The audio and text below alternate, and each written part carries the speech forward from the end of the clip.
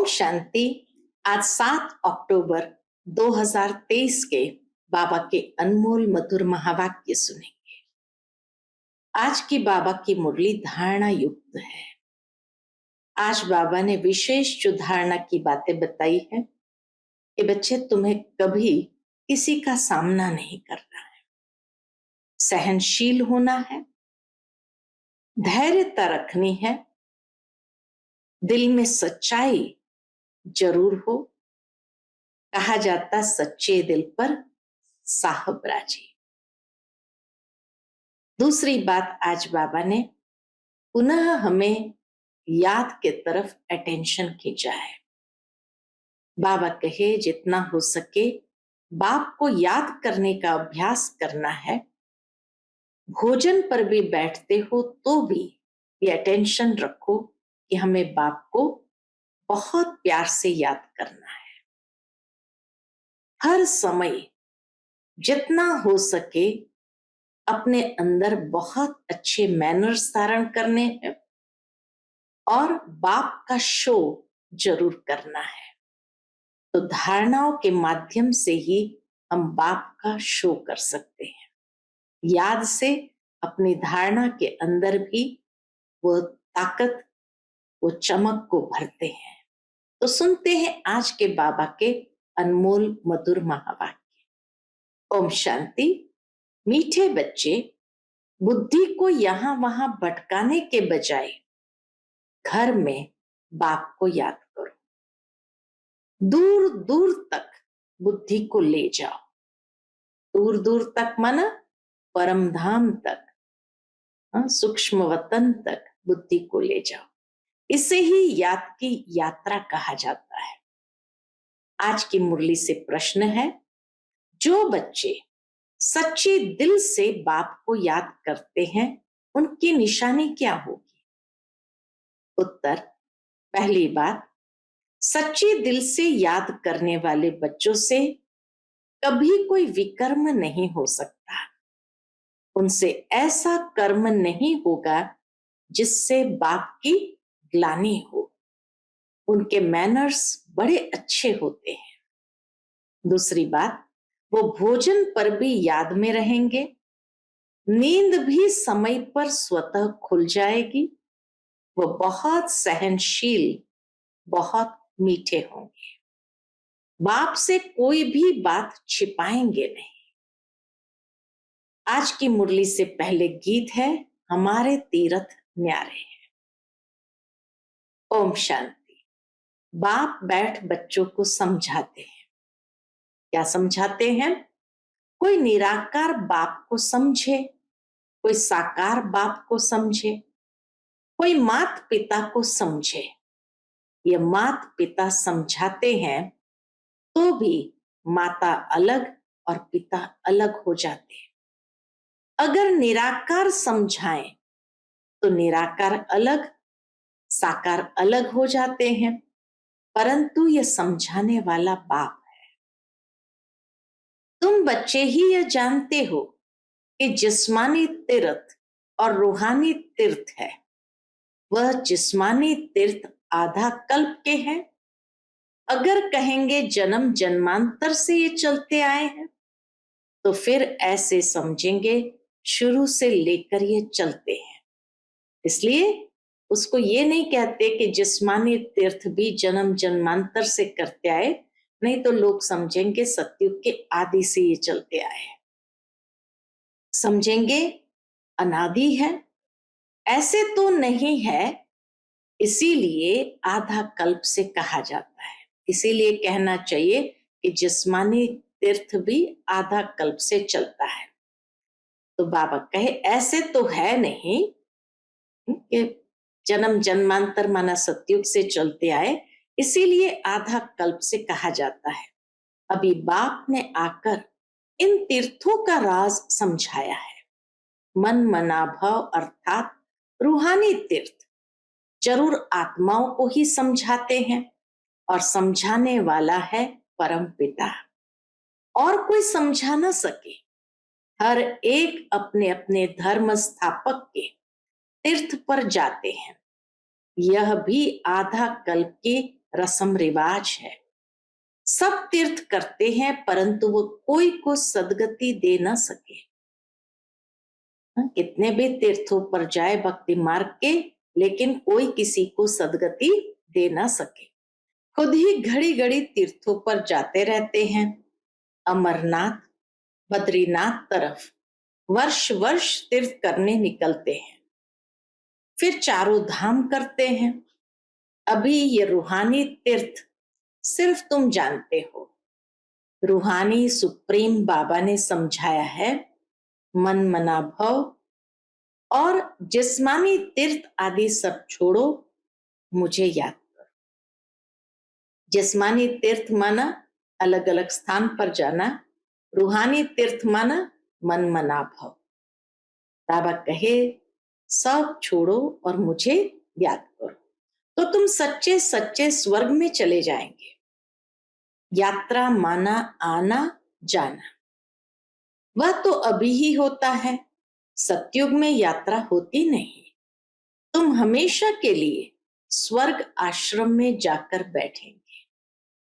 यहां तो सिर्फ नाम रख देते हैं, वास्तव में स्वर्ग आश्रम यहां होता नहीं। स्वर्ग आश्रम सतयुग को कहा जाता है, नरक को यह स्वर्ग दे नहीं सकते। नरक में स्वर्ग दे नहीं सकते।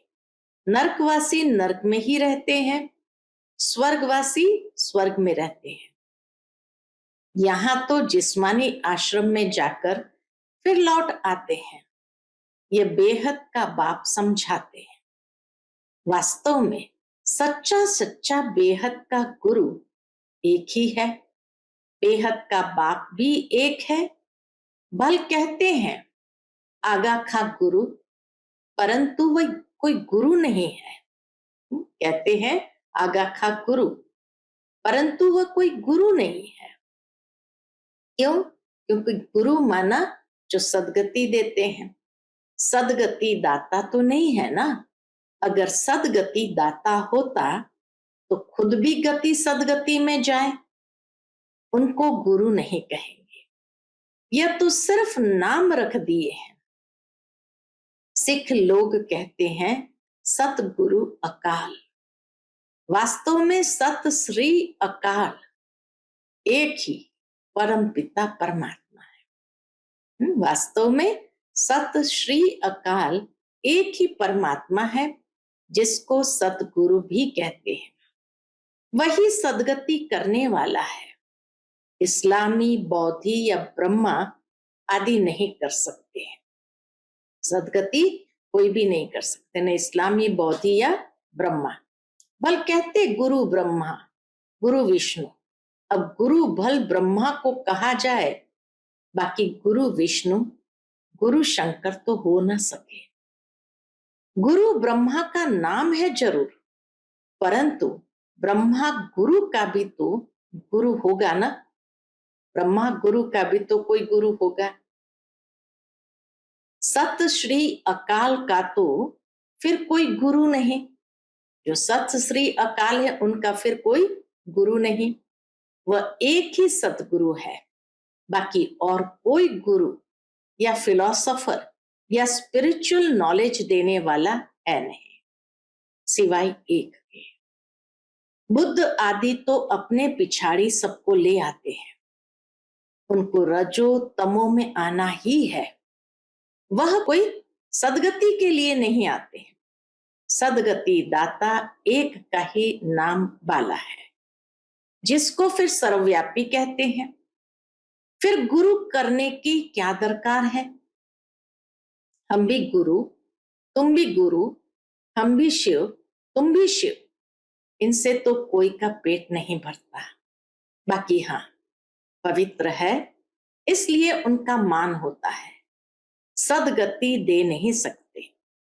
वह तो एक ही है जिसको सच्चा सच्चा गुरु कहा जाता है। गुरु तो अनेक प्रकार के हैं। सिखलाने वाले उस्ताद को भी गुरु कहते हैं। कोई यंत्र सिखलाने वाले होते हैं तो उनको भी गुरु कहते हैं। यह भी उस्ताद है, शिव बाबा भी उस्ताद है। माया से युद्ध करना सिखलाते हैं। तुम बच्चों को त्रिकालदर्शी पने की नॉलेज है, जिससे तुम चक्रवर्ती बनते हो। सृष्टि के चक्र को जानने वाले ही चक्रवर्ती राजा बनते हैं। रामा के चक्र को व कल्प वृक्ष के आदि मध्य अंत को जानना बात एक ही है। चक्र की निशानी बहुत शास्त्रों में भी लिखी हुई है। फिलॉसफी की किताब अलग होती है, किताबें तो अनेक प्रकार की होती है। यहां तुमको कोई किताब की दरकार नहीं। तुमको तो जो बाप सिखलाते हैं वह समझना है। बाप की प्रॉपर्टी पर तो सब बच्चों का हक होता है, परंतु स्वर्ग में सबको एक जैसी प्रॉपर्टी तो नहीं होगी। राजाई है उनकी जो बाप का बना। बाबा कहा, थोड़ा भी ज्ञान सुना तो वह हकदार हो जाते हैं, परंतु नंबरवार। कहां विश्व के महाराजा, कहां प्रजा दास दासियां, ये सारी राजधानी स्थापन हो रही है। बाप का बनने से स्वर्ग का वर्षा तो जरूर मिलता है। वर्षा मिलता है बाप से। ये नई बातें होने कारण मनुष्य समझते नहीं है। बाप समझाते हैं। सतयुग में विकार होते नहीं। माया ही नहीं तो विकार कहां से आए। माया का राज्य शुरू होता है द्वापर से। यह है रावण की 5 जंजीरें। 5 विकार, यह है रावण की 5 जंजीरें। वहां यह होती नहीं। जास्ती डिस्कस नहीं करना है। वह है ही संपूर्ण निर्विकारी दुनिया। बाकी बच्चे पैदा होने की, गद्दी पर बैठने की, महल आदि बनाने की जो रस्म रिवाज होगी वह जरूर अच्छी ही होगी, क्योंकि स्वर्ग है। बाप समझाते हैं, बच्चे इस रूहानी यात्रा में तुम्हें निरंतर बुद्धि योग लगाना है। ये बहुत सहज है। भक्ति मार्ग में भी सवेरे उठते हैं, ज्ञान मार्ग में भी सवेरे उठ बाप को याद करना है। और कोई किताब आदि पढ़ना नहीं है। सिर्फ बाप कहते हैं, मुझे याद करो, क्योंकि अब छोटे बड़े सबका मौत सामने खड़ा है। मरते समय कहते हैं, भगवान को सिमरो। अंत काल अगर भगवान को नहीं सिमरेंगे तो स्वर्ग में जा नहीं सकेंगे। तो बाप भी कहते हैं, मन मना भव। इस देह को भी याद नहीं करना है।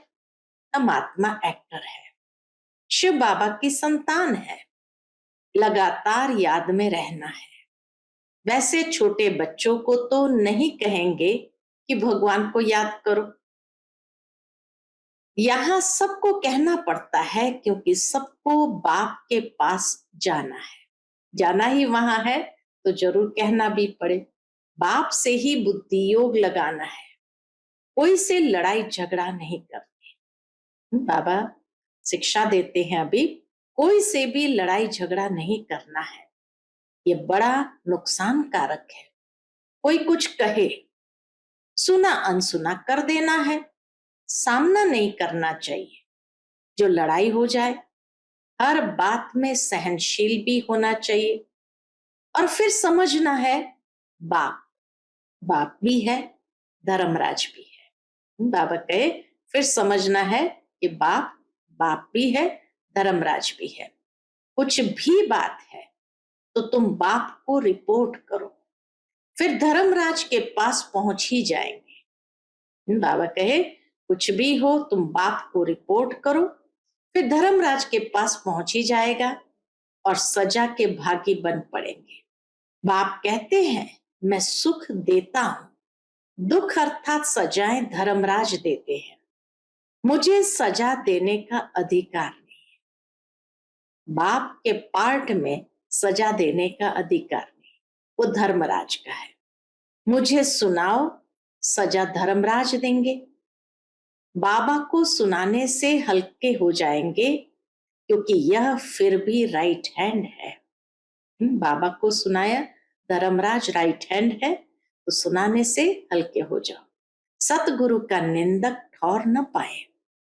जजमेंट तो धर्मराज ही देंगे कि किसका दोष है, उनसे कुछ छिप नहीं सकता। कहेंगे ड्रामा अनुसार भूल की, कल्प पहले भी की होगी, परंतु इसका मतलब ये नहीं कि भूल करते ही रहना है। फिर अब भूल कैसे बनेंगे? भूल हो जाए तो क्षमा मांगनी होती है। बंगला में किसका पैर आदि लग जाता है तो झट क्षमा मांगते हैं। बाबा कहे जैसे कोई चलते हुए अगर पैर लग जाता है तो क्षमा मांगते हैं। यहाँ तो एक दो को गाली देने लग पड़ते हैं। मैनर्स बहुत अच्छे होने चाहिए। बाप सिखलाते तो बहुत है, परंतु समझते नहीं तो समझा जाता है इनका रजिस्टर खराब है। निंदा कराते रहते हैं तो पद भ्रष्ट हो जाएंगे। जन्म जन्मांतर के विकर्मों का बोझा तो है ही, उनकी तो सजा भोगनी ही है। फिर यहाँ रहकर अगर विकर्म करते हैं तो उनकी 100 गुना सजा मिल जाती है। सजा तो खानी ही है। जैसे बाबा काशी कलवट का समझाते हैं, वह है भक्ति मार्ग का। यह ज्ञान मार्ग की बात है। एक तो पहले वाले विकर्म है, बाबा का एक तो अज्ञान काल के विकर्म है, दूसरा फिर इस समय जो करते हैं उनका दंड 100 गुना हो जाता है। बहुत कड़ी सजा खानी पड़ेगी। बाप तो हर एक बात समझाते हैं, कोई पाप न करो, नष्टो मोहा बनो। इतनी मेहनत है, इस मम्मा बाबा को याद नहीं करना है। बाबा कहे याद शिव बाबा को करना है, इस मम्मा बाबा को याद नहीं करना है। इनको याद करने से जमा नहीं होगा। इसमें शिव बाबा आते हैं तो याद शिव बाबा को करना है। ऐसे नहीं कि इसमें शिव बाबा है इसलिए इनकी याद रहे, नहीं, शिव बाबा को वहां याद करना है। शिव बाबा और स्वीट होम को याद करना है। जिन मुआफिक बुद्धि में याद रखना है, शिव बाबा वहां रहते हैं, शिव बाबा यहाँ आकर सुनाते हैं, परंतु हमको याद वहां करना है, यहाँ नहीं। बुद्धि दूर जानी चाहिए, यहाँ नहीं। ये शिव बाबा तो चला जाएगा। शिव बाबा इस एक में ही आते हैं। बाबा कोई 10 रथ नहीं लेते, एक में ही आते हैं। मम्मा में उनको देख न सके, तुम जानते हो ये बाबा का रथ है, परंतु इनके चेहरे को नहीं देखना है। बुद्धि वहां लटकी रहे शिव बाबा में। यहां बुद्धि रहने से इतना मजा नहीं आएगा। यह कोई यात्रा नहीं हुई। यात्रा की हद तुम्हारी वहां है। कहां? परम धाम में। ऐसे नहीं कि बाबा को ही देखते रहो क्योंकि इसमें शिव है, फिर ऊपर जाने की आदत छूटती जाती है। बाप कहते मुझे वहां याद करो, बुद्धि योग वहां लगाओ। कई बुद्धू समझते हैं कि बाबा को ही बैठ देखे। अरे बुद्धि को स्वीट होम में लगाना है। शिव बाबा तो सदैव रथ पर रह न सके, यहां आकर सिर्फ सर्विस करेंगे। सवारी ले, सर्विस कर, फिर उतर जाएंगे। बैल पर सदैव सवारी हो नहीं सकती, तो बुद्धि वहां रहनी चाहिए।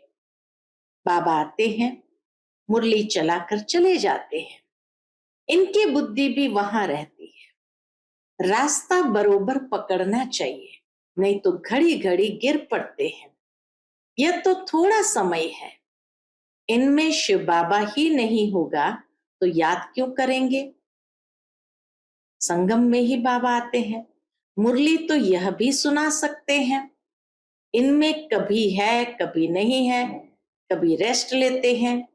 तुम याद वहां करो। बाबा कहे तुम याद कहाँ करो? शिव बाबा को परमधाम में ही याद करो। कभी कभी बाबा ख्याल करते हैं। ड्रामा अनुसार कल्प पहले आज के दिन जो मुरली चलाई थी वही जाकर चलाऊंगा। तुम भी कह सकते हो कि कल्प पहले बाप से जितना वर्षा लिया था उतना ही लेंगे। शिव बाबा का नाम जरूर लेना पड़े, परंतु ऐसे किसको आएगा नहीं। बाप जरूर याद आएगा, बाप का ही परिचय देना है, ऐसे नहीं सिर्फ इनको बैठ देखना है। बाबा ने समझाया है, शिव बाबा को याद करो, नहीं तो पाप हो जाएगा।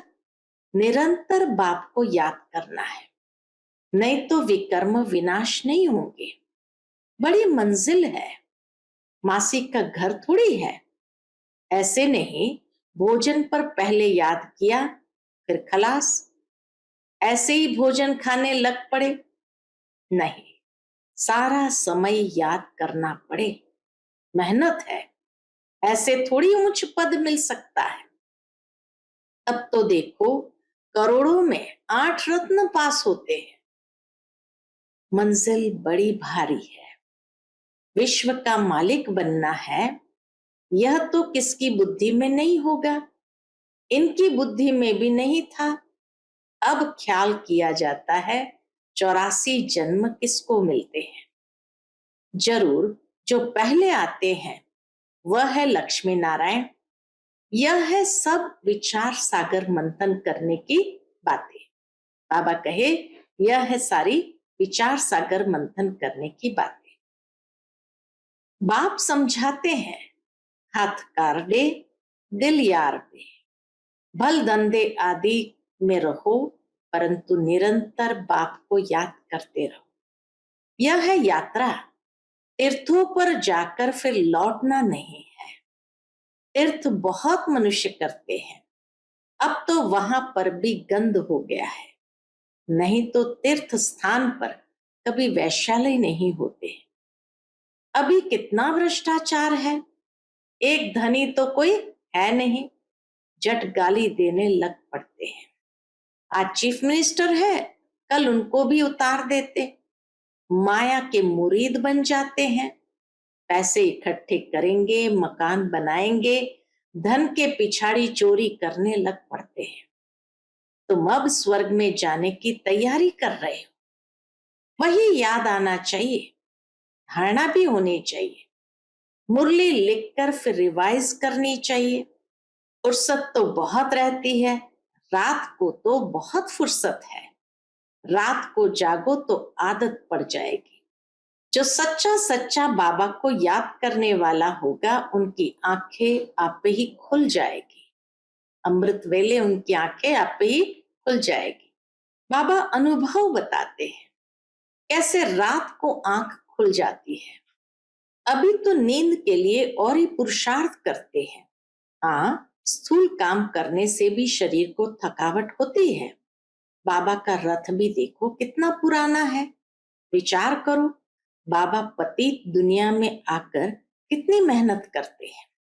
भक्ति मार्ग में भी मेहनत करते थे, अभी भी मेहनत करते हैं। शरीर भी पतित तो दुनिया भी पतित। बाबा कहते हैं मैं आधा कल्प तो बहुत आराम करता हूँ। शिव बाबा आधा कल्प बहुत आराम करता, कुछ भी ख्याल नहीं करना पड़ता है। भक्ति मार्ग में बहुत ख्याल करना पड़ता, इसलिए बाप को रहमदिल गाया हुआ है। Ocean of knowledge, ocean of bliss, इतनी महिमा करते हैं। वही बाप अभी हमको पढ़ाते हैं और कोई पढ़ा न सके। अच्छा, मीठे मीठे सिकिलते बच्चों प्रति माता पिता बाप दादा का याद प्यार और गुड मॉर्निंग। रूहानी बाप की रूहानी बच्चों को नमस्ते। हम सब रूहानी बच्चों की रूहानी माता पिता बाप दादा को याद प्यार, गुड मॉर्निंग और नमस्ते। नमस्ते, शुक्रिया बाबा, शुक्रिया। आज की मुरली से धारणा के लिए मुख्य सार है, पहली पॉइंट, किसी का भी सामना नहीं करना है। कोई कुछ कहे तो सुना अनसुना कर देना है, सहनशील बनना है, सतगुरु की निंदा नहीं करानी है।